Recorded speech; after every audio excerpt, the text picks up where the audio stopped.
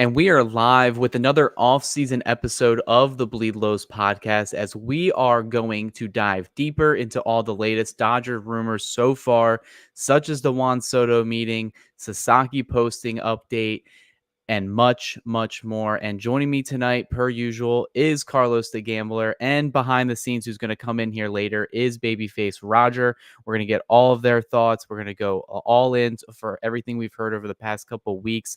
But, Carlos, before we get into that, we have to thank our sponsor, Bet Online. Bet Online is the world's most trusted betting platform and your number one source for online betting. From the earliest odds to in-game live betting, BetOnline provides you with all the action and the ability to watch the games as they happen.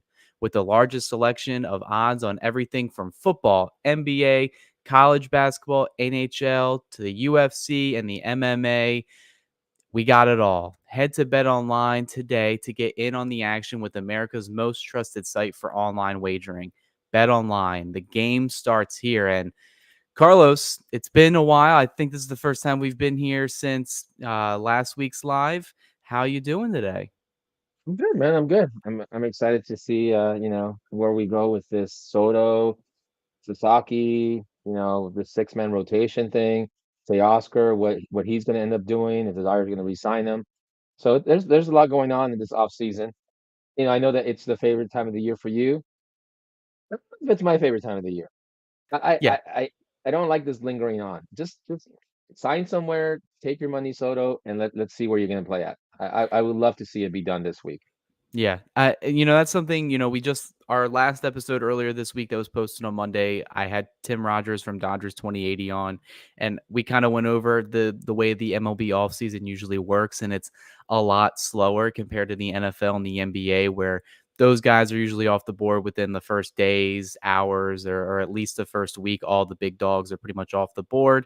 MLB, it's kind of backwards. The entire market's slowed until the big guys go, and then after that, things start to fall in line. And even last year, we saw some free agents even that came back that the Dodgers re-signed, like Kike Hernandez, who came in with the club after they already broke for camp. So that's kind of just how the MLB offseason is. But there is a lot of stuff that we're going to be talking about today. And one of the things I would definitely want to get us all involved in is the chat. We're going to go over some somewhat controversial topics, I guess, if you're on social media, especially with the Juan Soto stuff. I'm curious to see what our viewers' take is on the whole situation. Would you give them the contract and stuff like that? Other than that, super chats. If you want to jump in line, ask a question, give your hot take, that's the way to do it, to jump way into the front of the line to get my attention, to get Carlos' attention, and get Roger's attention on the back end.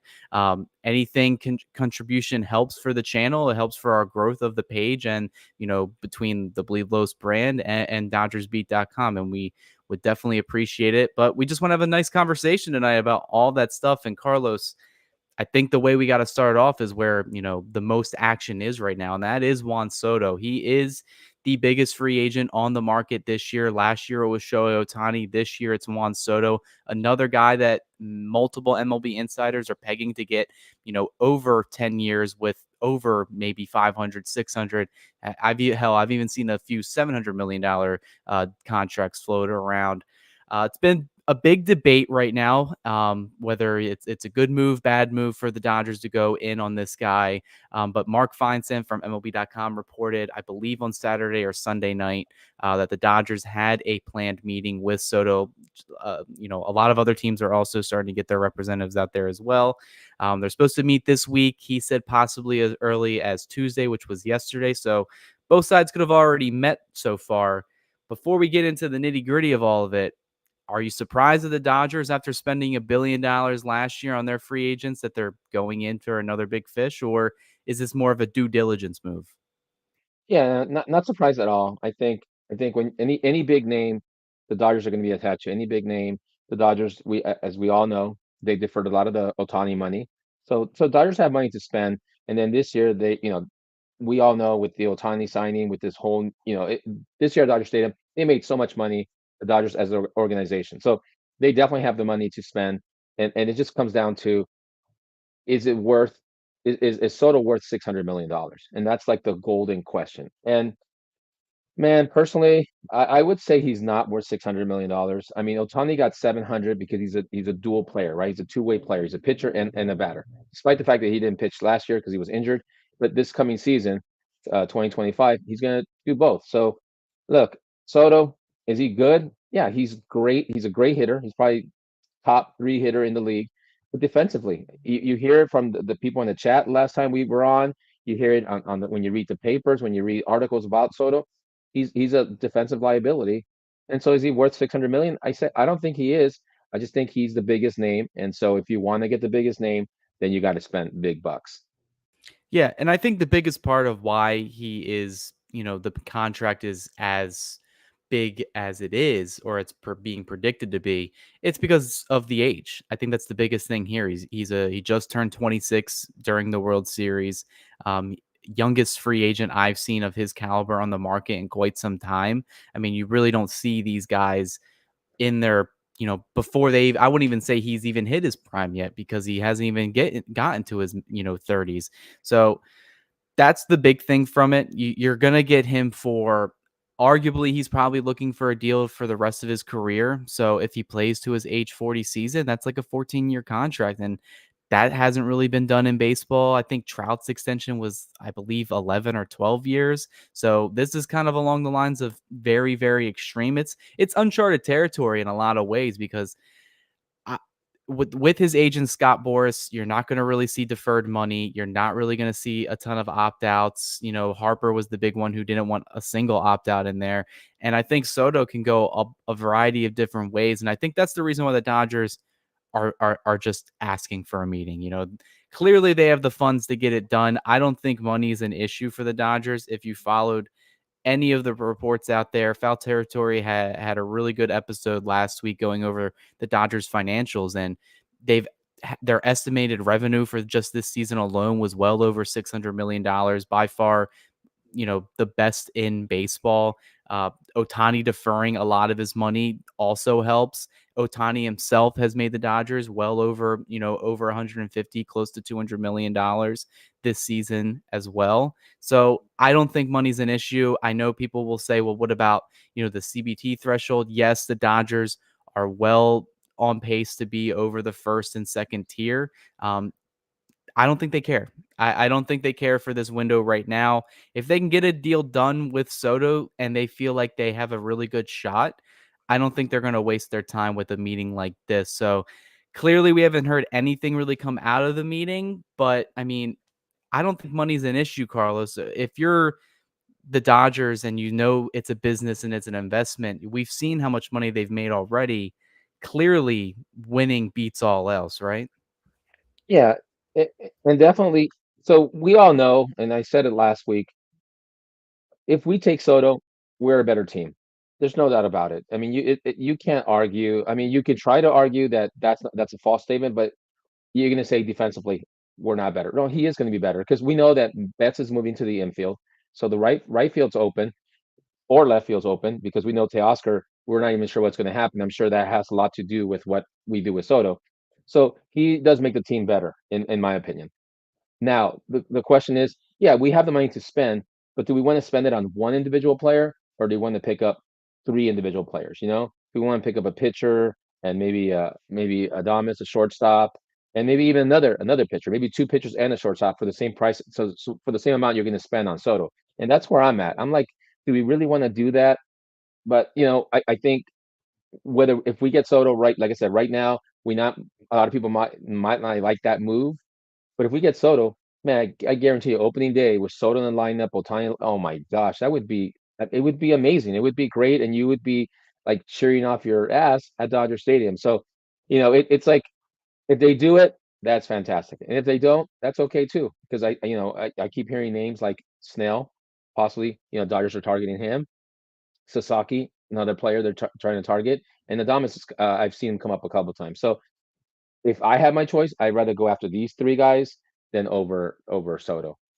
Denny Cortez brings up a really great point. All big market teams, I feel like, were, they had to meet this standard to have this meeting, because of the amount of money that they are making on their payroll to say, hey, if we can make it happen, then let's do it. Because clearly Soto's market is only to those big market teams. I know the Tampa Bay Rays were thrown in there just funnily enough, but I feel like they have a lot more issues going on right now. Clearly, with not having a home, their stadium completely in disrepair. Their potential new stadium is now in jeopardy as well. That was supposed to start being built by 2028, I believe. So you can kind of kick them out. The Phillies were reported to have a meeting with Soto a little bit later this week, as well, including with the Dodgers. Being on the East Coast, being around a lot of Phillies fans, me and my good friend Jake Huber, who's been on the show before, we went over, obviously the Phillies are going to have a clear interest. They also have multi-million investors that gave the Phillies an extra $500 million to invest into the team. Will they use it? It remains to be seen. But the Dodgers are going to have competition, and clearly the biggest competition is the New York Mets and the New York Yankees. Obviously, the Yankees have the connection because they had Soto for his last year before free agency. Clearly was a great trade acquisition by them. Was if you take him off that team, they don't win the American League pennant. They don't make it to the World Series. And clearly, if you rewatch the highlights for that World Series as I did, Juan Soto seemed like to be like the only guy that showed up for the Yankees that series. They only won one game. He had the home run off of Yamamoto. His presence in the batter's box it is unmatched in Major League Baseball. And then the New York Mets, Carlos Baega had a report going out there that Steve Cohen and the Mets, their meeting apparently had $660 million floated out there for 14 years. And that's just a huge, huge contract that I just can't fathom. I know Ohtani signed the $700 million a year, but that's Ohtani, two-way player. You kind of understood that could have been the contract he got. If you're the Dodgers, Carlos, are you going to go in a bidding war with Steve Cohen? I mean, it feels like something that even the Dodgers, as deep as their pockets aren't going to win. What's your thoughts on that? Yeah, I just don't feel the Dodgers want him that bad to go into a bidding war with the Mets and Cohen. It's I just feel like I don't think he's worth 660. I think the Dodgers should be smart and at some point, have a number and say, hey, look, here's my number. Look what we can give you. We can. I mean, like, obviously, you can't guarantee anybody a championship, but the Dodgers are the closest team in the major leagues to almost guaranteeing a championship.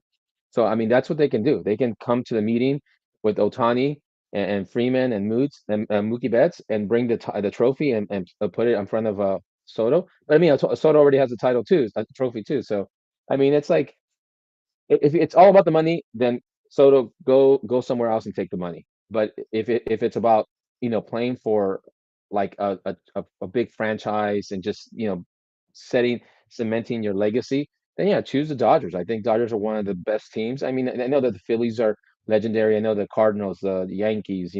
Those are legendary teams. But in the West Coast, if you want to go to the West Coast, because he's playing San Diego, but come over to the Dodgers for that reason, but not just for the money. I just don't think the Dodgers should really exhaust their pocketbooks. And I know they're it's pretty unlimited limited pocketbook. I mean, unlimited.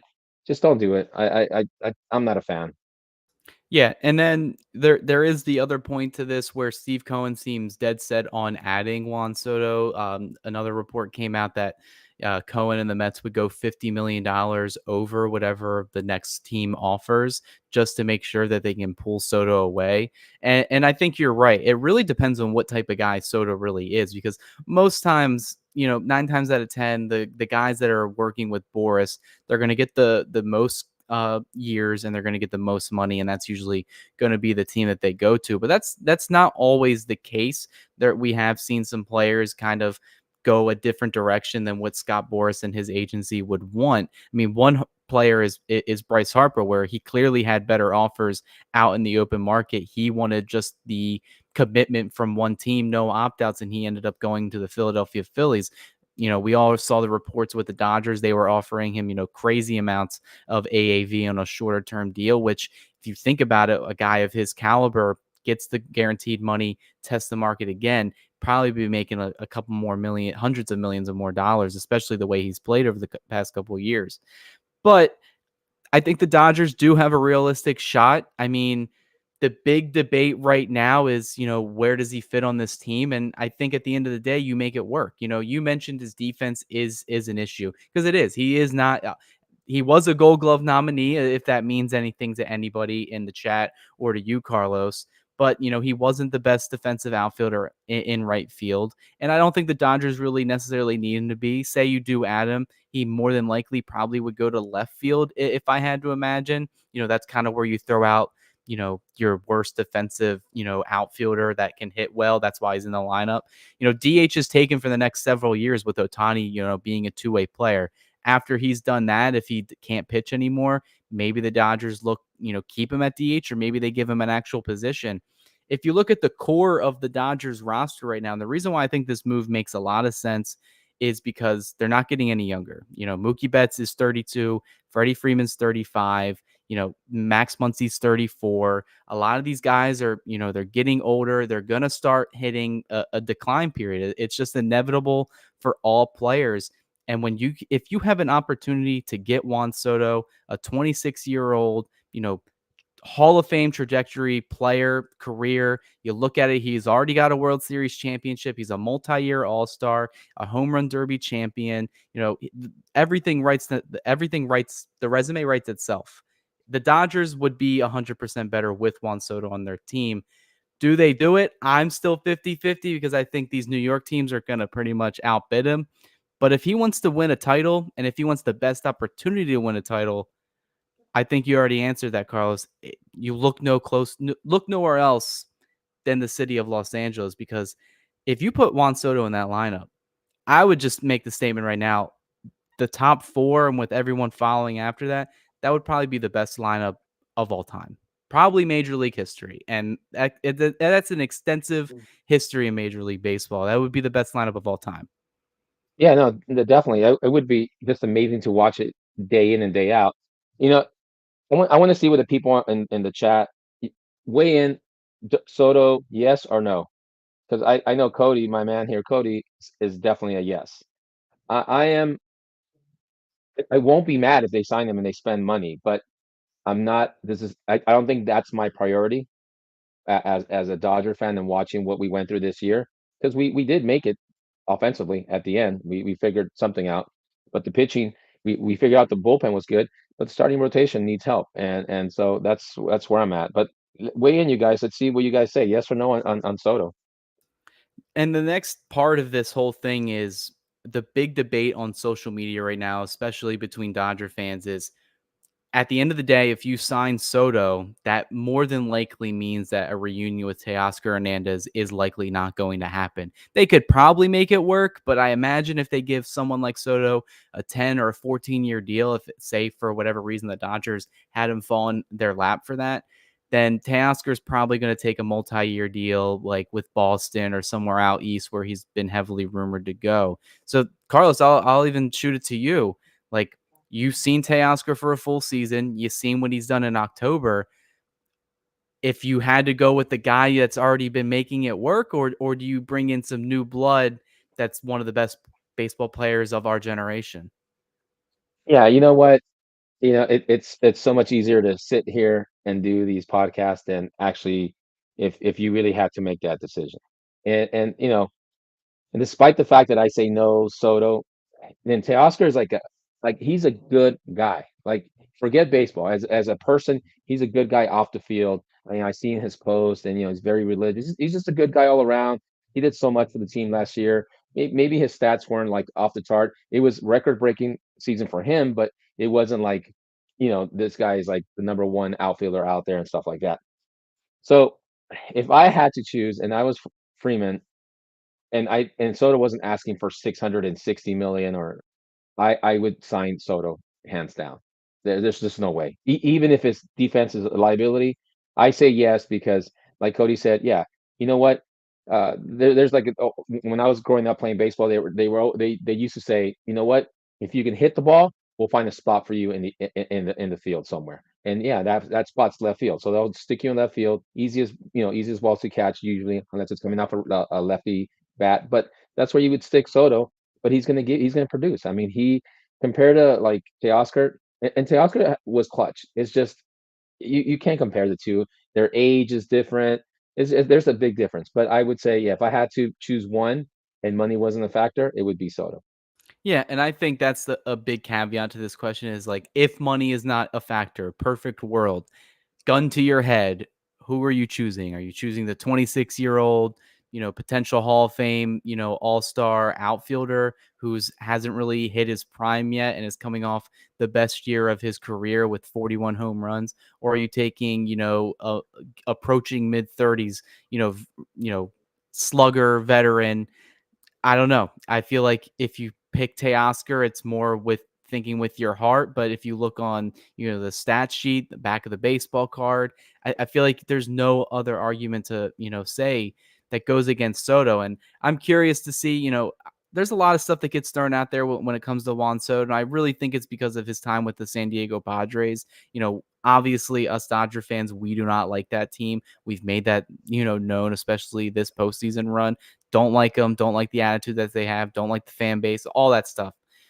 But there's never really been a thing about Soto being, a clubhouse cancer. And even if he was or wasn't, we wouldn't know that. Even people like us that do have the ability to cover the team and kind of being around people that would know it, they don't. And whatever that has leaked out or that's been coming of players that have played with them or around the league, they all have great things to say about Juan Soto. So I don't think it would mess with chemistry. I don't think it would mess with anything like that.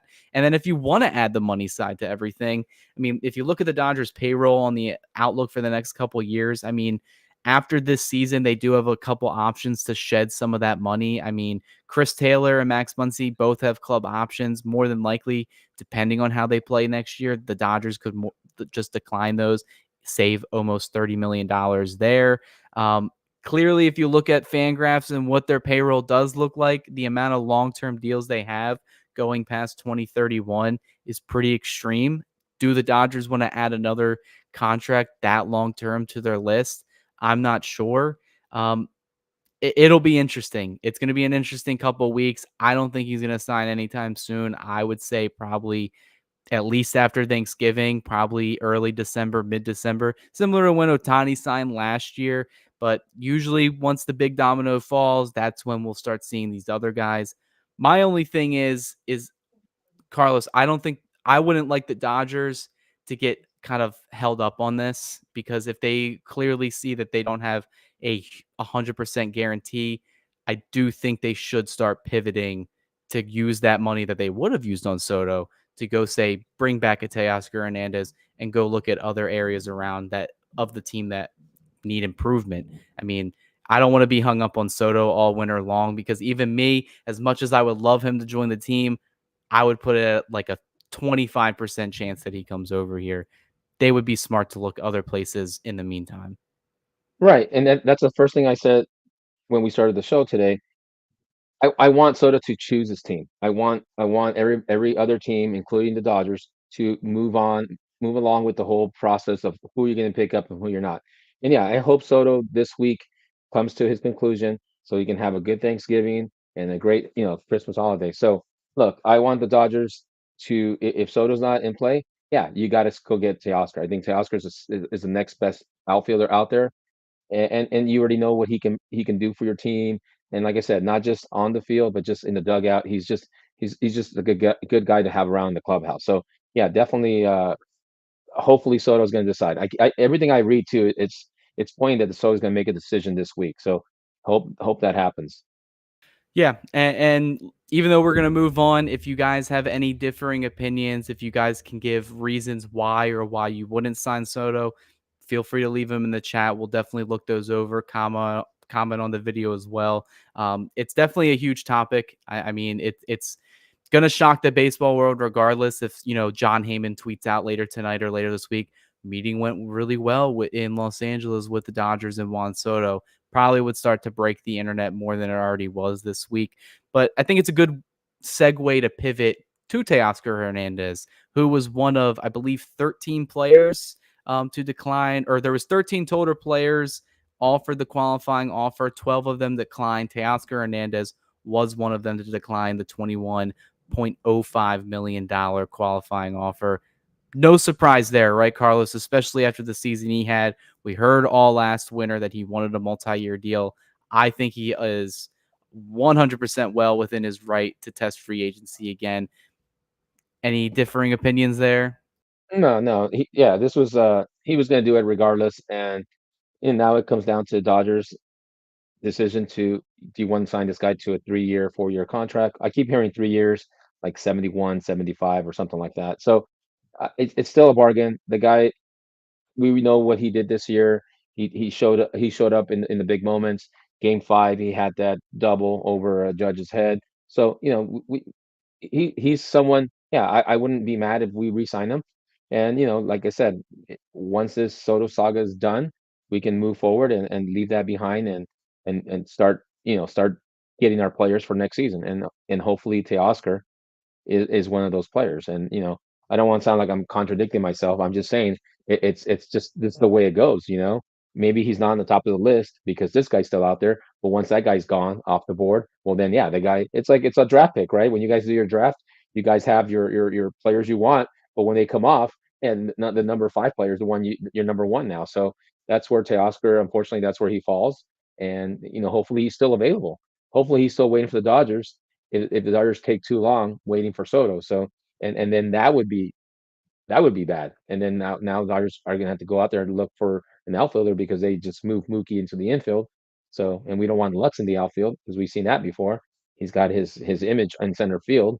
So we don't want that. So it's yeah, Teoscar is a good.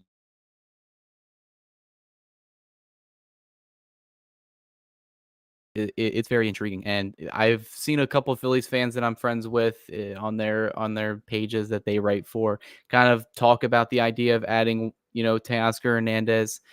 He's going to be a popular pick. The big thing with him is that the teams that have been rumored to be interested are also interested in Juan Soto. The Red Sox were heavily involved last year in trying to get him to sign a multi-year deal.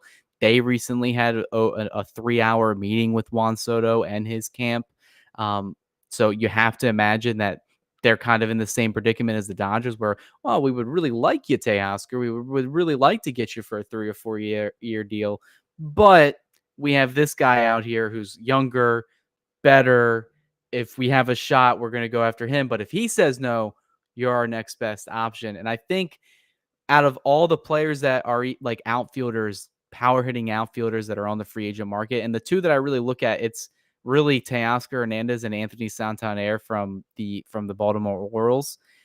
I think he has a little bit better of a market because one, he's a switch hitter, and I believe he's 2 years younger, so he's going to be heavily sought after from a lot of teams, whether they're contending now or contending next year. Where Teoscar is probably just going to be looking at teams that are in win now mode, whether it's the Dodgers, the Red Sox who are looking to compete next year. The Baltimore Orioles would probably love to have him over there, especially if they lose Santander in free agency. But these are teams that have money to spend. They are more than likely involved with Juan Soto as well. So at the end of the day, while I think the Dodgers aren't gonna get held up in a Juan Soto, debacle, I think Teoscar's market is gonna have to wait until Soto signs. And that's kind of what I mentioned at the beginning of the episode, where the MLB free agency has to wait for the big dogs, and then everything else kind of falls in a domino effect right after that. Usually it's around the winter meetings, which this year are in the middle of December, I believe December 15th, something like that. So I think that's when we're going to start getting signings. But Teoscar, he had a really good year, won a World Series, made the All-Star team, started the All-Star game, won the home run derby, the first Dodger player to do that, set a career high in home runs, had 99 runs driven in, you know, instrumental part of the clubhouse. Every player has spoke very, very highly of him. In my brief appearances with him, in the clubhouse, he seems like a really fun guy, always smiling, always happy, good energy. And I think it would be a player that the Dodgers 100% want back. And I think they are definitely in communication with him. He's not blind. He definitely sees the reports out there that they're having a meeting with Juan Soto, that they have interest with Juan Soto. I believe they're probably pretty upfront with him, like, hey, we're going to do our due diligence. We're going to, gauge his market, and then we're going to get back to you after, these discussions. Because who knows? Maybe after this week's discussions with Soto, maybe they realize that they don't want to commit the years that Soto really, really wants, and that's like a deal breaker for him. And then the Dodgers are going to give, Hernandez a call later this week and then see if they can work out a multi-year deal. Because personally, I think they can get a deal done with both these guys. Just run the worst defensive outfield out there. Put Pages in center. Put Tio in right, and then put Soto in left field. Let's run that. Let's really break the league. But I think they're gonna have to choose one or the other. And if I had to be a betting man, more than likely, I think Teoscar is gonna end up re-signing with the Dodgers. I think that's a safe bet. You're the betting man. Would you put everything on that bet for me? Right, right. No. Yeah, if I had to put money on who's going to end up being a Dodger, I would say Teoscar. And it's funny how you mentioned that. Imagine getting both players and having Pages in center field. We probably have the worst defensive outfield in the league. I mean, yeah, that would be fun to watch all next year. They would But score 12 runs a game, but they would yeah, probably well, not be the best position in the yeah, outfield. no, no, they probably give up like 3 unearned runs per game. So, but Mike has a. I don't want to bring it back up, but Mike has a interesting point here. He says, or he heard somewhere that Juan Soto was rumored to a 2-year contract for 120, so 60 million a year plus incentives would reach to 150. I don't know. Where did you hear that, Mike? I didn't hear that, or I don't know. Cody, did you hear that? So we mentioned it off air. I did see there were some reports from a KTLA news anchor. Not really sure how verified he is with any of this, considering, we kind of know the names in the sports world and no one else has kind of backed his claims. But he's kind of just saying they're taking the Bryce Harper contract route. And if anyone hasn't followed that in the 2019 offseason, the Dodgers were just pretty much straight up, hey, we want you in this window for 2, 3, or 4 years. We'll give you opt-outs after every single year. We'll pay you like $45-50 million per year. Take it or leave it, win some championships. Harper decided to get the guaranteed long-term deal with the Phillies for, over 10 years. And that's where he went. And it makes sense if you're the Dodgers to go the short-term route. Maybe a 4 or 5 year deal, get him to his age 30 season, and then he tests free agency again. Because I would say it's a safe bet when Soto turns 30, he can still get like a $400 million deal, especially if he's playing the way he is playing. And then with inflation going up, these are things that you have to think about in the baseball economic world. An interesting contract structure. I saw on social media a guy I interact with a lot, the Infinite Dodger on X. He pretty much, if I was going to offer a contract, it would be the way he offered it, where you include opt outs and you front load the contract like $65 million per year. And then you have multiple opt outs. That way, when Soto does inevitably get a ring or two, if that's the Dodgers' plan, he can test the market again. But I don't think we've had any other reports about the 1 or 2 year offer, but I wouldn't be surprised if that is the route the Dodgers went. They, like you said, Carlos, they probably went to the meeting with all three of their big monsters and with the World Series trophy and said, hey, you want this? Then take the offer that we're giving you right now, or take the, secured lifestyle, take the 10, 14 year deal elsewhere. Yeah. LC has Juan Soto's going to do what Blake Snell did last year, hold everything up. You know what? I don't think it's going to happen this year. I think Soto's going to decide sooner than later, and that'll be good for everybody else. I think what Cody was saying earlier, like in football and other sports, there's a deadline to sign, I guess, these players, or they try to get it done quicker. Baseball should make a deadline because this whole dragging it on all the way to spring training, it's kind of old. It's not fun. It's not even good for the player. It's not good for baseball overall. So hopefully, like I said, hopefully I think Soto will sign within the next 2 weeks. I think before Thanksgiving, and then I think after that, all the cards should start falling in place. Alrighty, so I feel like we've talked a good bit about Juan Soto, and it's definitely something we're going to be covering probably for the next couple weeks, as long as the Dodgers are still lingering in the rumors. But another guy that they're going to be heavily invested in this offseason is Japanese right-hander Roki Sasaki, who is officially going to be posted this year. It's already been confirmed. They're already going to go through the posting process. The big question remaining after that over the past couple weeks was it going to be during the 2024 international signing period or the 2025 international signing period? And Rob Manfred kind of just hinted that it's going to be during the 2025 international period. And the big caveat to all of that is that once you switch to the next signing period, it resets. So, kind of the Dodgers would be with more competition in that case, where compared to every other team in the 2024 signing period, they had way more money than anybody else. I believe $2.1 million. Everybody else was kind of below that. Some teams were even in the couple, like hundreds of thousands or even thousands, like the San Diego Padres, who really had no money left to offer. Now it's kind of more of an even playing field. The Dodgers would actually have the lowest, tied with the San Francisco Giants in the international market for 2025 at $5.1 million. And usually the smaller market teams that don't usually do too much, free agent signings, they're the ones that are going to get the big money when it comes to the signing period at around $7.5 million. However, I really think it's still Dodgers or Padres. So technically the Padres have $1 million more dollars, but I don't know. I feel like I'm still feeling good that he's going to come to LA, but it does throw another curveball in the Roki Sasaki situation. So with that information, Carlos, do you still want the Dodgers to get him is one, and then do you still feel comfortable that they're still going to get him, given that the international pool period is resetting? He won't be able to sign officially until after January 15th.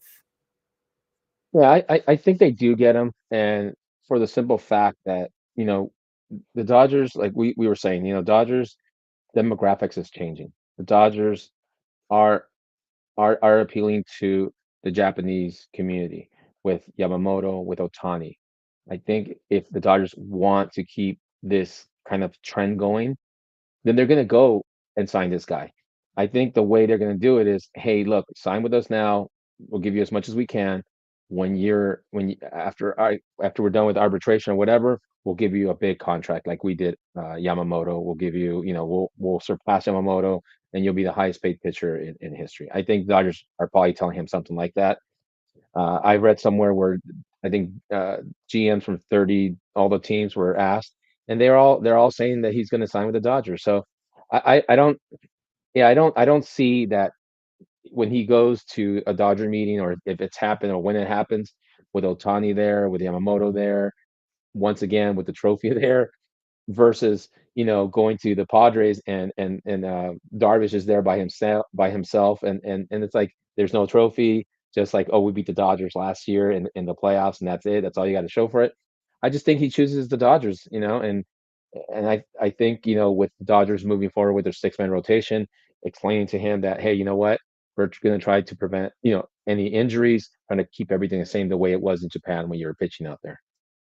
Yeah, I think the other thing is, so the way the international money works for people that don't really know. So the Dodgers have around $2.1 million remaining.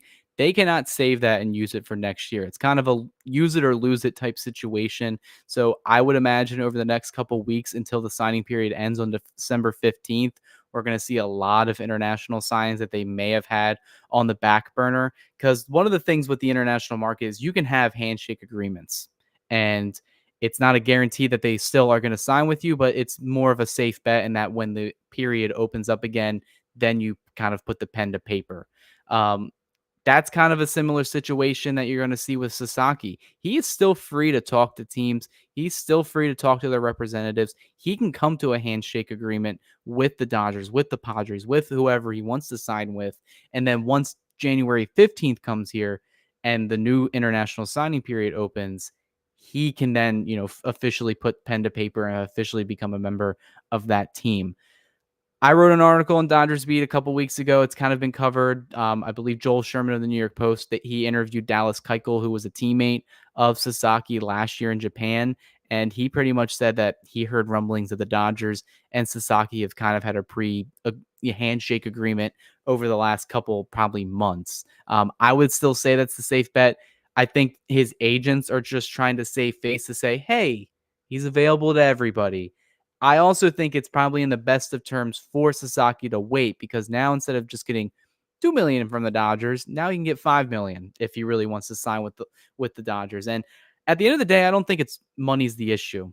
And the Padres can have $1 million more dollars. I don't think that matters, because if the money really was the issue for Sasaki, he would just wait another 2 years and then get a $300 million contract when he would be posted then. He's not. He wants to come to the MLB now.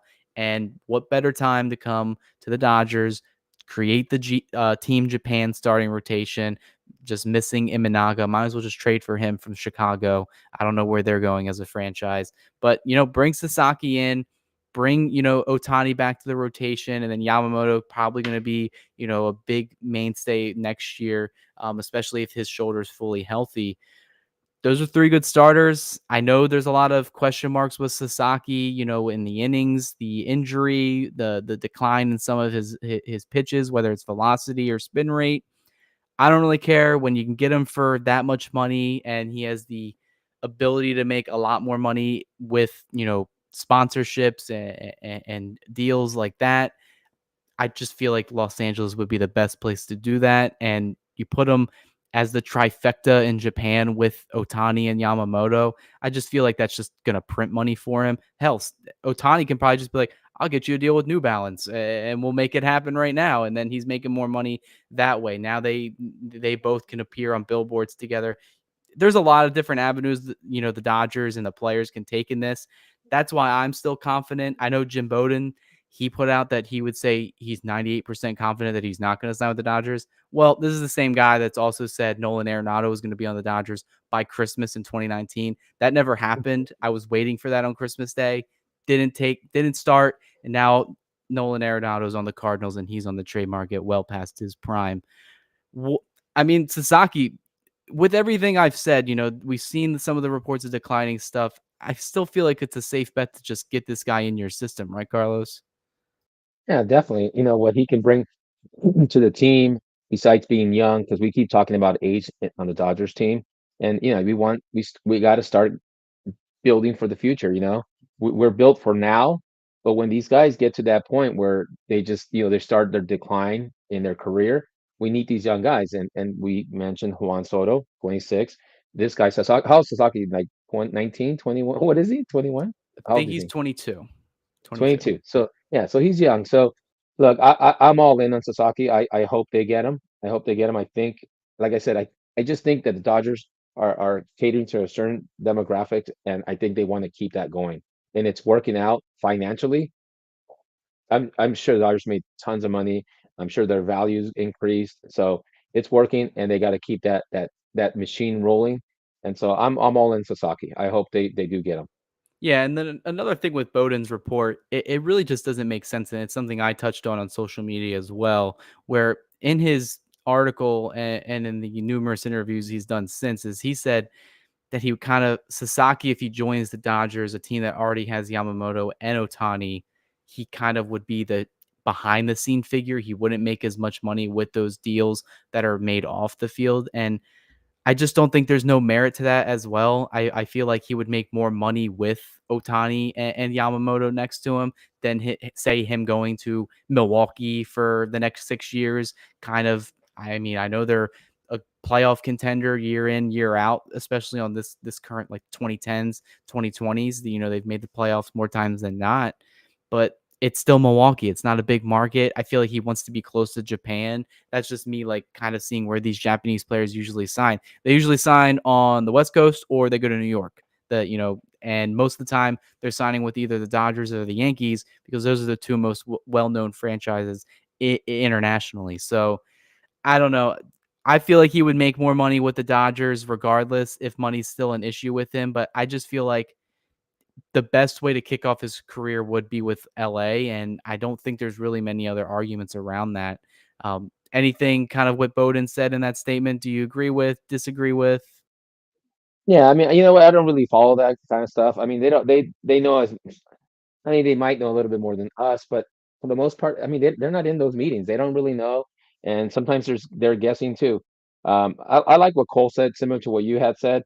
In LA, you're getting like sponsors and stuff, getting different companies like Otani's got, I mean, his image is on everything Japan, or Japanese, and so if Sasaki comes to the Dodgers and he doesn't make that much the first year, the first 2 years, whatever, he can definitely get some sponsorship and advertisements, and he'll make his money up that way. So, and that'll be great. I could just imagine a commercial with Sasaki, Yamamoto, and Otani, and these guys can rake in the dough that way instead of just baseball only, you know. So, yeah, I think he'll be a Dodger. I don't see him going somewhere else, honestly.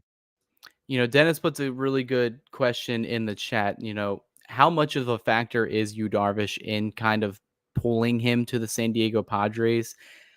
I'm not sure because there's a lot of conflicting reports that say, that they think the relationship between Sasaki and Darvish is a tad bit overblown, where they've only met, a handful of times, had some conversations. Obviously, everyone sees the videos of when they played for the 2022 WB or the 2023 WBC team, them kind of going over pitches and all that stuff. That's just kind of being a good teammate at the end of the day. I mean, most guys do that. I've seen, my times covering the game and then kind of going as a fan. You see both sides talking cordially with each other. I think that could be what it is. But who's going to have more pull, Darvish or Otani? And especially for a young player, Sasaki's around my age. I'm 25. I'll be 25 in August. I'm 24 right now. I mean, Darvish, kind of a dinosaur in retrospect with where he's played. He's been in the league for a good while. He's been in Japan he played a good while in Japan. He's played a good while in the US. I feel like if I'm going to gravitate towards somebody, it would probably be, the multi, Cy Young winner in Japan in Yamamoto and, the best baseball player on the planet in Otani.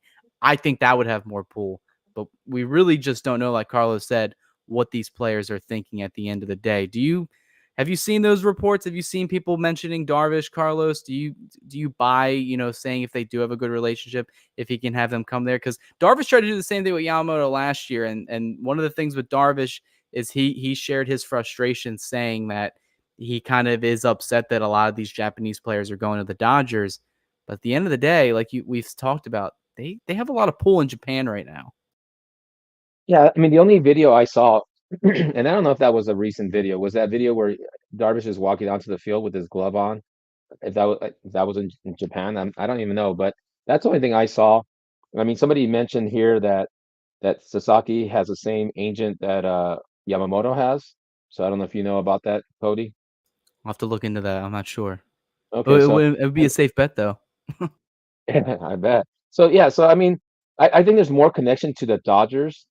Just I mean, just looking at it from like an outsider's perspective, Otani is like I don't want to use the word God, but he's beyond a superstar in Japan.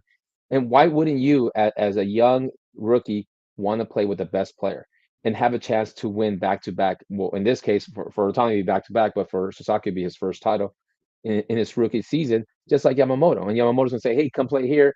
Just like me, you're gonna have a title your first rookie season. It'll be fantastic. You're gonna love it here. We'll show you around the whole place. I mean, I just don't see how any other team has an advantage over the Dodgers. I don't believe it. I don't believe anything anybody's writing, Bowden, whatever he's writing. It just doesn't make sense. It just doesn't make sense. It's like how can they tell you what you're seeing is not real? And what you're seeing is that Otani is the greatest Japanese player and the greatest MLB player right now at the moment. They're the champion. They're the champions right now. The Dodgers are, and and then they start this, and then they start the season in Japan. Why wouldn't you want to do that? Take the team that's going to start in Japan. Maybe you'll get game two start. Then maybe they'll say, hey, you know what? We'll give you game two start. So, or maybe they'll do a split with Yamamoto. You go five, so that your fans can see you. Who knows? But like I said, I don't see the Dodgers losing out on Sasaki. Yeah, like I said, I'm pretty confident that he's going to end up as a Dodger. Would I be shocked if he went somewhere else? Yes, but I would understand it. Maybe he really wants to go on his own path. The only other thing with Sasaki is it is the health stuff and risk, but I think the Dodgers, the way they're trying to set up with the 6-man rotation, something that we've already talked about a couple times, something I've written on DodgersBeat.com. So be sure to check all that stuff out if you want more in depth of kind of what the Dodgers' plans are going to be.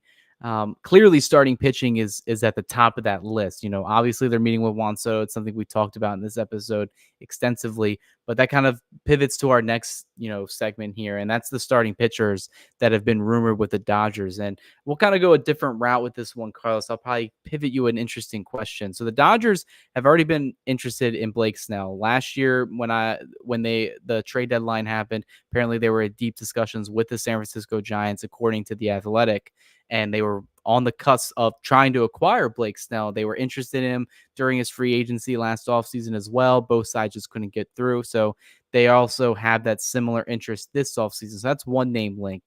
Max Fried, that's a hometown kid. Grew up in Los Angeles.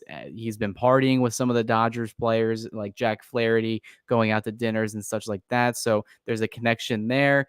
There's also the connection that he wants to play at West Coast, and he grew up a Dodger fan. So that's another guy that's been kind of out there in the rumor mill. But the latest one from John Morosi is Corbin Burnes, who in my mind is the top starting pitcher available, is going to command a deal well over $200 million. And he definitely deserves it. If you look at his stats, he is clearly one of the best pitchers in all of baseball. He's a workhorse, gets over 180, 190 innings consistently, won the Cy Young Award a couple years back. Out of those three, Carlos, if you had to pick one, which one would you go to in this situation? Two of them are lefty, another one is a righty, but he's a workhorse, so there's kind of some trade-offs with them. We kind of talked about this with Tim Rogers in the last episode, where I was kind of leaning around, but if I had to decide between Fried and Snell, at first it was Fried, then I kind of talked myself into Snell. But if you add Corbin Burnes into all of this, what are your thoughts on that, and who would you go with? And this is also for the chat too. If you guys want to comment, who would you want? If it's not those three, comment a name. So this is very similar to the Soto situation with Teoscar. I think if Sasaki lands in the Dodgers' lap, then you have to go for a lefty, 100%. We're stacked on the right side. I mean, and nothing says that you can't win the title just having right-handed pitchers, but you do want to have you want to mix it a little bit. So I mean, Corbin Burnes by far is probably it is the best number one pitcher on the market right now. I mean, he's like you said, a workhorse. I enjoy watching him. I think he's the best right now out there. So, but I think we need lefties. I think we need lefties. I'm not like huge Blake Snell fan. I didn't really like him too much personally. From what I've seen and from what I've read about him, I don't like him. But you know what? I know he's a good pitcher. He's definitely a Dodger killer. So I'd rather have him on our team than facing us. So yeah, all after all that, my answer would be Blake Snell. I would take him over Burns and Max Fried.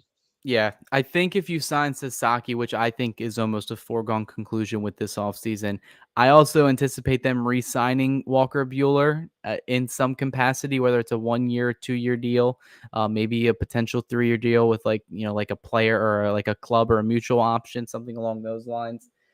That's a lot of righties. And I know Kershaw is definitely probably going to come back as well, but you're really only going to get him for another half a season as he rehabs from his off-season surgery. He had toe and knee surgery, so he's going to be out a couple months into the regular season. So we'll see what happens there. But if you look all the righties in the rotation, it's righty heavy, and the way they have it set up right now. So Tony Gonsolin's coming back, Tyler Glass now. You got Shohei Ohtani, Yamamoto, Bobby Miller, Dustin May, all these guys, they're right-handed pitchers. You got to shake it up a little bit. It's been a long time since they've had a really good left-handed starter that they could definitely depend on to eat some innings, to pitch some quality innings, get at least 25 to 30 starts. And Max Fried can definitely get that for you. He has had some injury concerns the past couple years, missed some time on the IL this season. In 2023, missed some time with a forearm issue, so forearm elbow issue, so you don't really want to see that. At the start of the offseason, I was kind of all on the Max Fried train. I said, look, whatever, bring it back another hometown kid. He grew up a Dodgers fan. It's kind of been long rumored that he wanted to play for the Dodgers the last 2 years.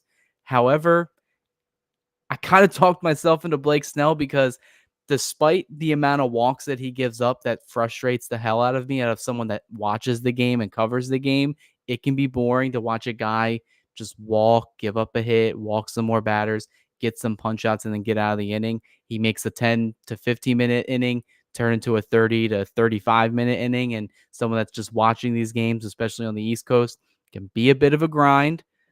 So, but his walk rate went down this year and his strikeout rate went up. And that was after he won the Cy Young Award. He had a really bad first half of the season with the San Francisco Giants. Second half, he pretty much was on that 2023 plane where he won the Cy Young Award. I feel like the connections there with the Dodgers. I don't think he's going to command such a long-term deal, maybe a 4 or 5 year deal max. And the Dodgers could probably get that done there too. And I think they would definitely need a lefty. But if they wanted to go with Max Fried, I would understand that as well. But if at the end of the day, if you really want an innings eater that's still going to be a top pitcher in the league, I mean, if they really want to go after and get the big dog and then make some moves in the trade market or something like that, Corbin Burnes is just a very interesting arm to add to this Dodgers team because he looked really good last year. He looked really good in the Orioles his lone start in the postseason for the Orioles, pitching into the ninth inning of a postseason game. I mean, what more can you ask for from a guy?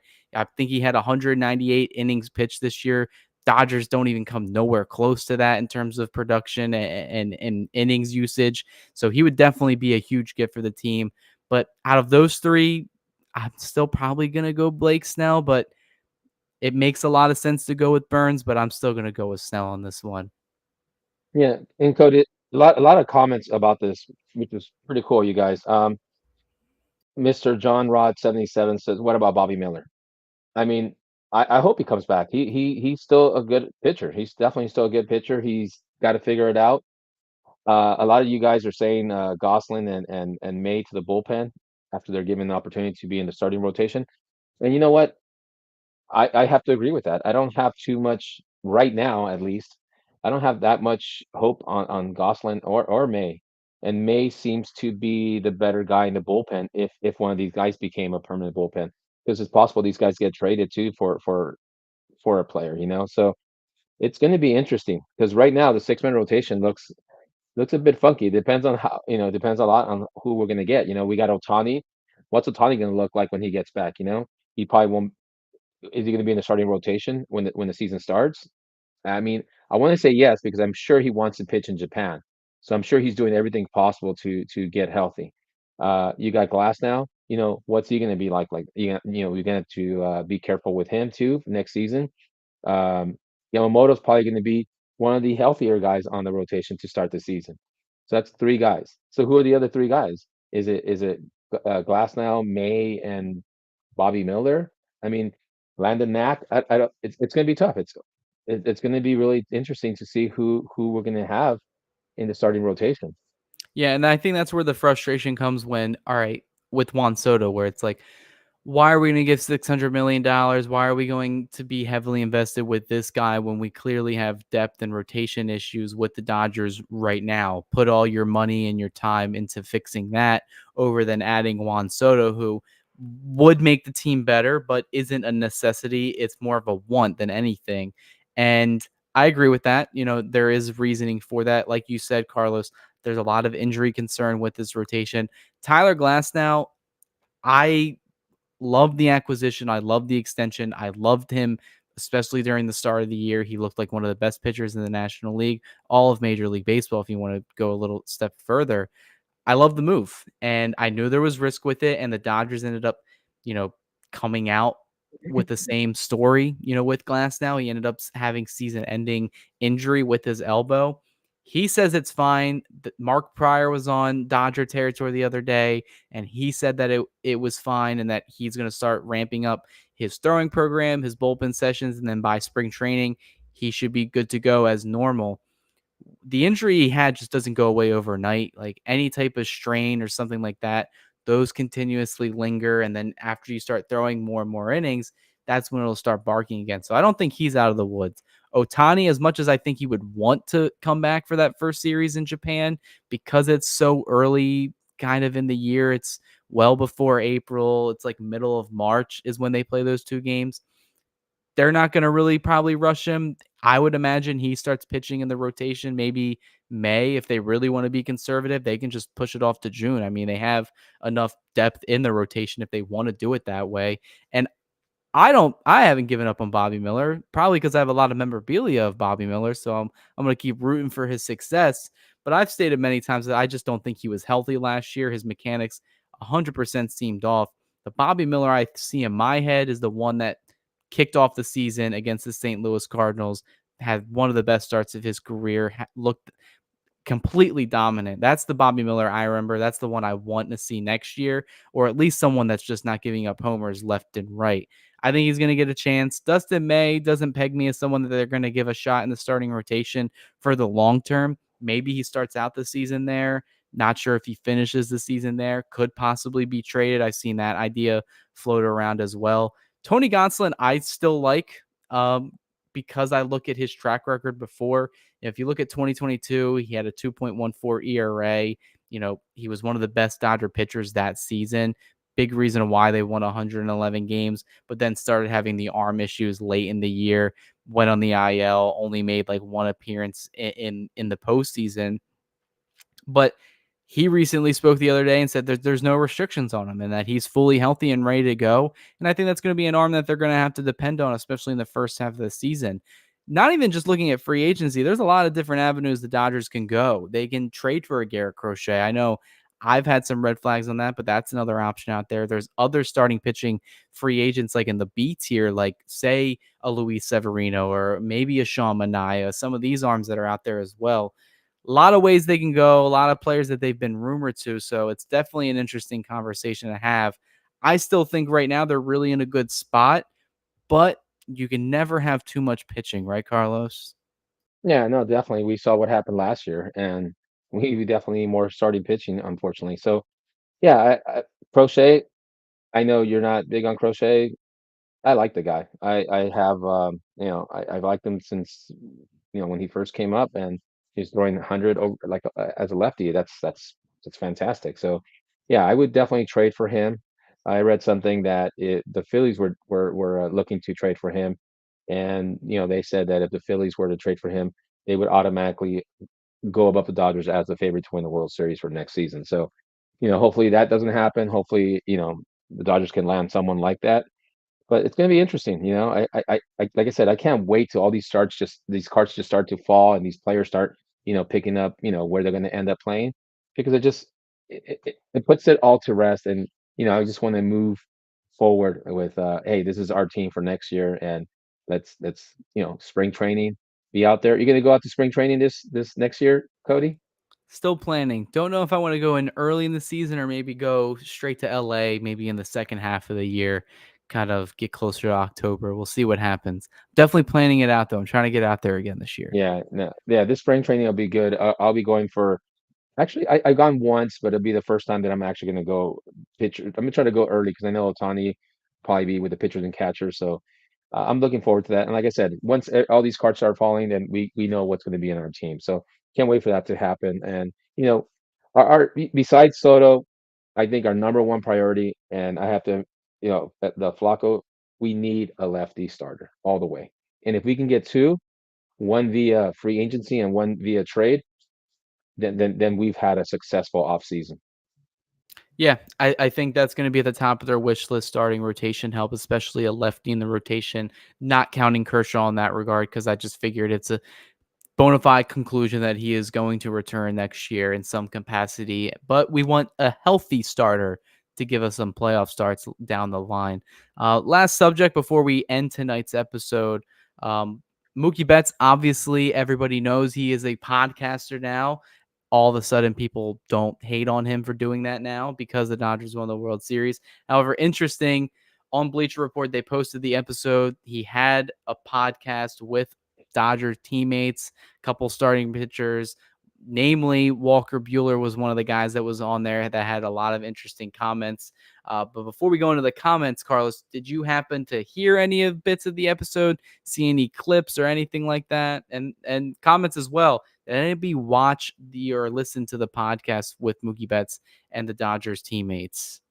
Yeah, so I tried to watch it before we came on, after you guys mentioned it, and I didn't catch the whole thing. I was kind of doing something, but the one thing that stood out to me, well, two things that stood out to me. Uh, Honeywell is s- weird, I guess. He's out there. Honeywell, he's different. He's built different, and it's kind of funny. I like his.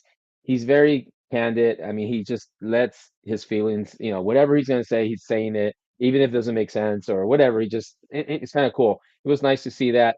The other thing that stood out to me a lot was Mookie Betts and how a lot of the guys were saying how good the Padres were. And and I know some of the people in the chat, we don't want to talk about the Padres, but look, the Padres were a good team, and the Dodgers were just a better team. But the Dodgers, the players are telling you that they were worried that they weren't going to beat the Padres. They were down 2-1, but they're we're a good team too. They are a good team too, and things worked out the way they did, and we win the World Series. But I don't know. I don't want to get off topic, but I don't know if the Padres are going to be this good next year. You know why? Because is Profar going to have a season that he just had? I mean, his whole career he's been pretty mediocre. He was a top prospect and never really panned out till like last year. He had this amazing season.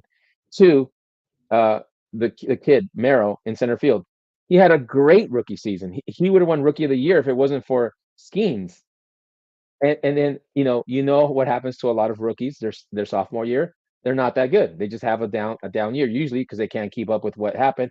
And then the fact that other pitchers and teams kind of learn how to pitch to them, so they kind of cut down what he was able to do. So that's two big players that are they gonna be the same they were last year? Well, I would say probably not. So I don't think the Padres will be that as strong as they were last year. And then we've seen that the last 3 years, it's the Padres, then it was the Diamondbacks, then the Padres, and now it's probably gonna be the Giants or the Diamondbacks. Probably won't be the Padres. So that seems to be the trend. Yeah, there was a lot of interesting comments from the podcast. I implore anybody that hasn't watched it to watch it. It's kind of interesting to see these guys. The one thing I like about Mookie Betts' podcast, I know there's a lot of people that were hating on it, especially when the Dodgers were kind of in the thick of things. Things weren't going their way, all that stuff. It is really cool to kind of get insight on these players because at the end of the day, we see them on the TV, we see them on the field, but behind the scenes, they are actually people as well with thoughts and opinions. And it's nice to get an inside look on all of that. But you're right, especially in the beginning of the podcast, they talked about the Padres in high regard. Mookie Betts even said that, entering the tournament, they were the best team on paper, the Padres. And, he made his statement saying, they may have been the best team, but we got one of these and held up his ring finger. So, I mean, that you kind of mic drop on that one, but it was kind of the same sentiment. Max Muncy said similar things, where he said it was kind of hard to eat some of those days, especially when they were down 2-1, because they didn't want to happen again. As much as we fans didn't want to lose 3 straight years in the NLDS, those players didn't want it either because they would also be at the ridicule of the media, the fans, all that. They wanted to move on. They wanted to beat the Padres, a team I know deep down they could have respect for some of those players. I don't think they like that team, and I don't think that's hard to kind of get out of them. We've seen it during the series in the division series where they kind of were hostile towards each other. The other thing is with Walker Buehler, and I saw some people commenting it already. They asked Bueller about how it is to pitch out of the bullpen and close out a game in the postseason. And he pretty much brought up Clayton Kershaw. He said, I thought about what 22 would do, and 22 would, take the ball and be in that moment. And we have seen Kershaw do that. He's come out of the bullpen numerous times in his postseason career, most times successful, but there are some blips in there as well. Bueller had one of the best postseason runs with the Dodgers I've seen in a long, long time. Besides the blip in the NLDS, he looked awesome in the NLCS, looked awesome in the World Series. And after the season that he had to close out the World Series, I mean, you can't, Hollywood ending, I guess you could say, for the Los Angeles Dodgers. So, like I said, I think it would be awesome for everybody to check that podcast out. But, you know, touching on Bueller again, closing out the World Series, it's just as a starter and everything he went through.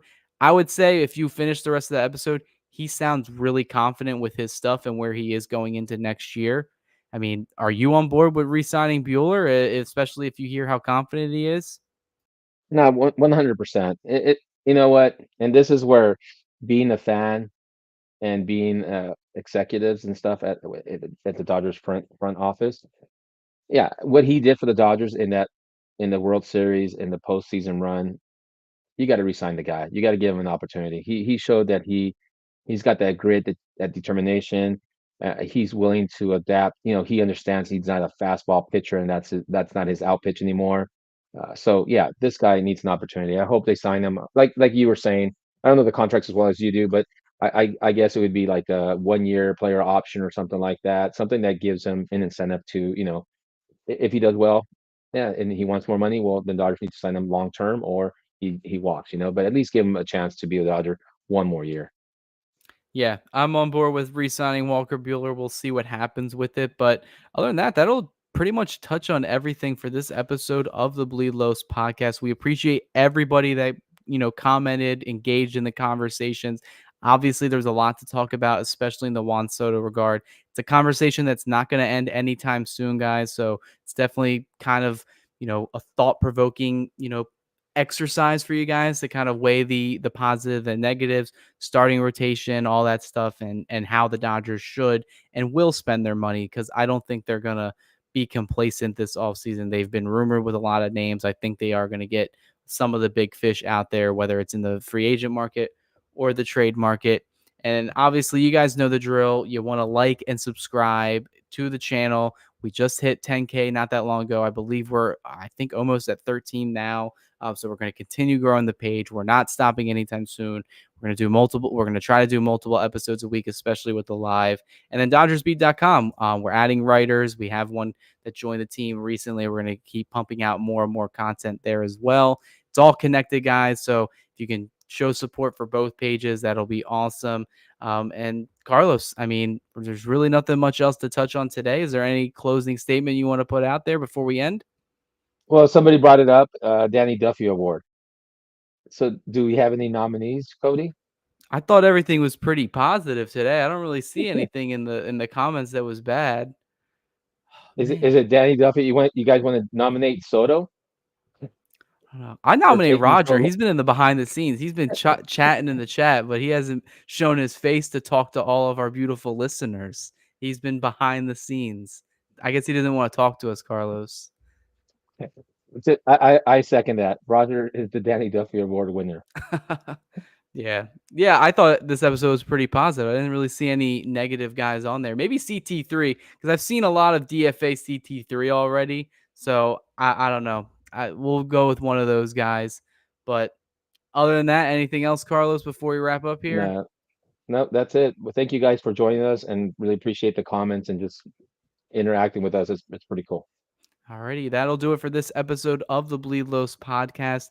This podcast was brought to you by Bet Online. The game starts here. We'll see you guys next time.